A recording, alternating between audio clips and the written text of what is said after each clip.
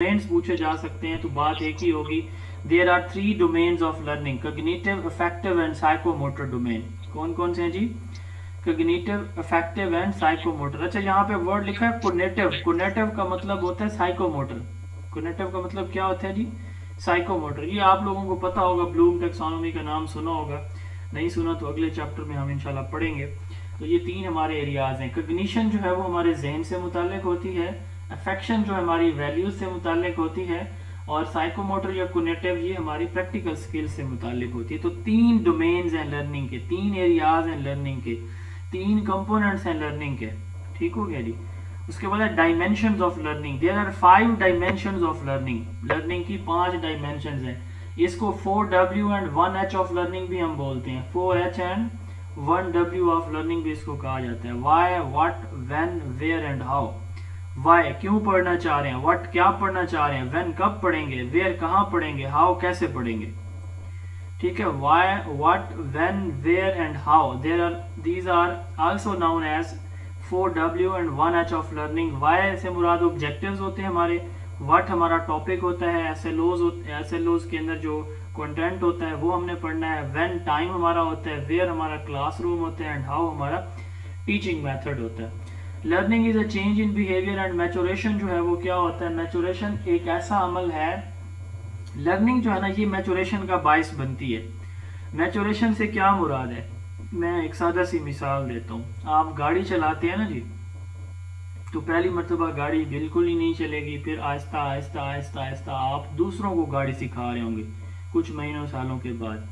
ये peak level होता है किसी भी शख्स का, वो लेवल जिसमें वो अपना मैक्सिमम दे रहा होता है ना, यानी उसको हर एक बात की समझ आ जाती है किसी भी चीज के बारे में।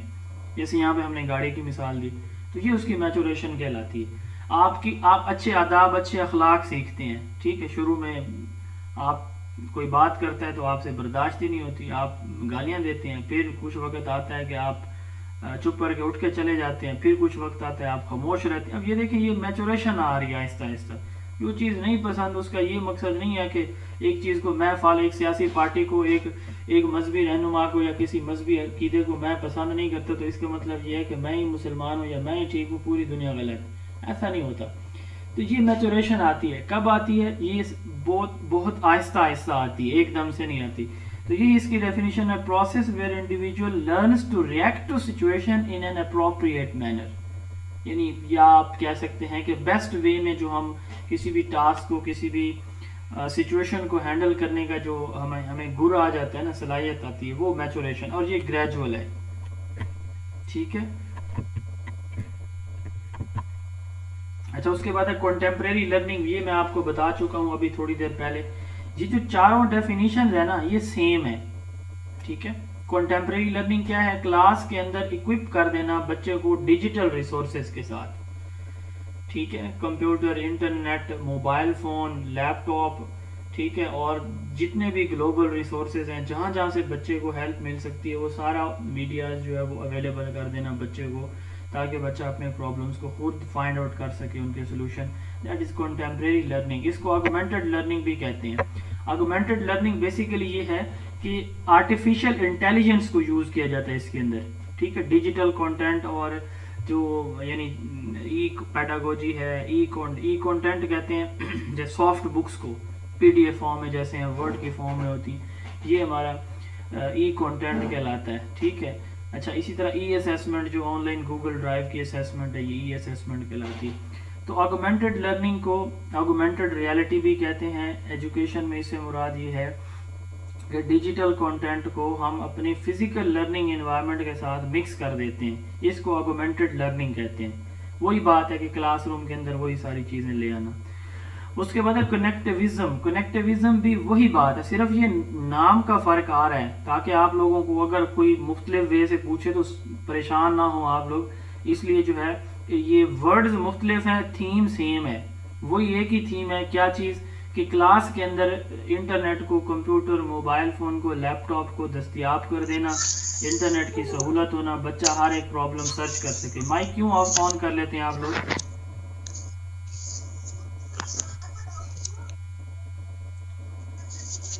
हाँ, ये रिफत नाज अपना माइक ऑफ करें। आपकी तो थोड़ी सी जो गफलत है ना, ये मेरी अटेंशन डाइवर्ट कर देती है। रिफत, आप अगर माइक ऑन ऑफ नहीं कर सकती तो मेरे पास यही ऑप्शन है कि मैं क्लास से रिमूव कर दूं आप। कनेक्टिविज्म की हम बात कर रहे थे। अब इसमें भी मैं यही बता रहा था कि हम क्या करते हैं, जो मॉडर्न रिसोर्सेज हैं उसको अवेल कर देते हैं। वही बात है क्लासरूम के अंदर।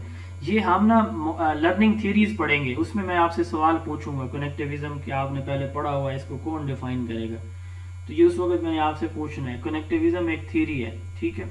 उसके बाद अडॉप्टिव लर्निंग। अब देखें हम अडॉप्टिव लर्निंग से क्या मुराद है, वेब बेस्ड या सॉफ्टवेयर बेस्ड लर्निंग। अब ये भी ऊपर वाली तीनों से थोड़ी सी मिलती है, इसमें थोड़ा सा डिफरेंस है, ठीक है। उन तीनों से ये तीनों बिल्कुल सेम है, contemporary learning, augmented learning and connectivism, ये याद रखिएगा, ये तीनों सेम टर्म्स हैं। अडॉप्टिव लर्निंग क्या चीज़ है, हम मुख्तलिफ सॉफ्टवेयर बनाते हैं, वो सॉफ्टवेयर आर्टिफिशियल इंटेलिजेंस को यूज़ करते हैं। आर्टिफिशियल इंटेलिजेंस ये है कि मिसाल के तौर पर मेरे जहन में ये है कि मैं कोई सवाल पूछता हूँ ना जी, तो उससे आगे मुझे और क्या क्या इन्फॉर्मेशन चाहिए होती है। मिसाल के तौर पर मैं गूगल पे सर्च करता हूँ ना जी, एक मरतबा मैंने जो है ये टी शर्ट्स लेनी थी, तो मुझे ना जो मेरा जो डिज़ाइन मुझे चाहिए था मैंने उसको सर्च किया फेसबुक के ऊपर, तो उससे अगले 15 दिन मुसलसल जब भी मैं स्क्रॉल करता तो वो मुख्तलिफ साइट्स आ जाती, खुद ब खुद ऑटो आ जाती थी कि इस साइट से इस साइट से इस साइट पे ये चीज़ें अवेलेबल हैं। बहरहाल बात करने का मकसद ये है कि ये जो है ना, ये उसने जो मैं सर्च करना चाह रहा हूँ उसको अंडरस्टैंड किया और वही मेरे स्क्रॉल करने पे या मेरी स्क्रीन पे रिपीटेडली वही चीज़ मुझे अपीयर होती है, जिसको कुकीज़ भी शायद कहते हैं कंप्यूटर की ज़ुबान में, यानी जो हमारा इंटरेस्ट एरिया होता है उसी से मुतालिक चीज़ें रिपीटेडली आती।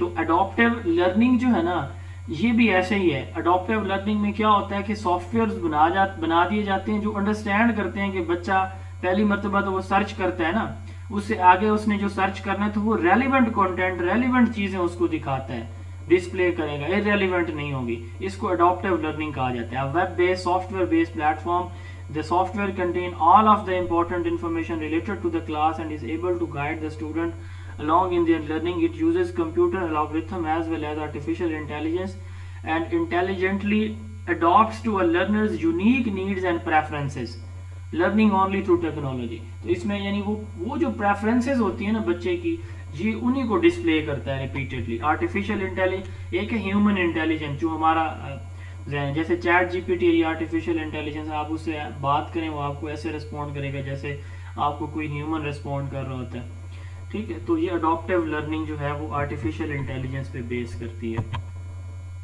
अब जो है अच्छी लर्निंग की क्या खसूसियात है, अच्छी लर्निंग वो होगी जो एक तो स्टूडेंट जो मतलब उसमें से है वो समझ लें, उसको देर तक रखें, उसकी वो इन्फॉर्मेशन याद रखें, बच्चे के अंदर क्रिटिकल थिंकिंग हो, यानी वो कब क्यों कैसे ये सवालात उसके जहन में आए, वो अपने नॉलेज को मुख्तलिफ जगहों पे इस्तेमाल भी कर सके, इंटीग्रेट भी कर सके और टीम के साथ मिलके भी बच्चा काम कर सके। तो teaching is broader then instruction, ये अभी हम पढ़ेंगे, इंस्ट्रक्शन को भी हम पढ़ेंगे। लेक्चर नंबर 4 है जी, ये हमारा आज का लेक्चर है। ये तो जो हमने पढ़ा ये कल वाले लेक्चर का कुछ पोर्शन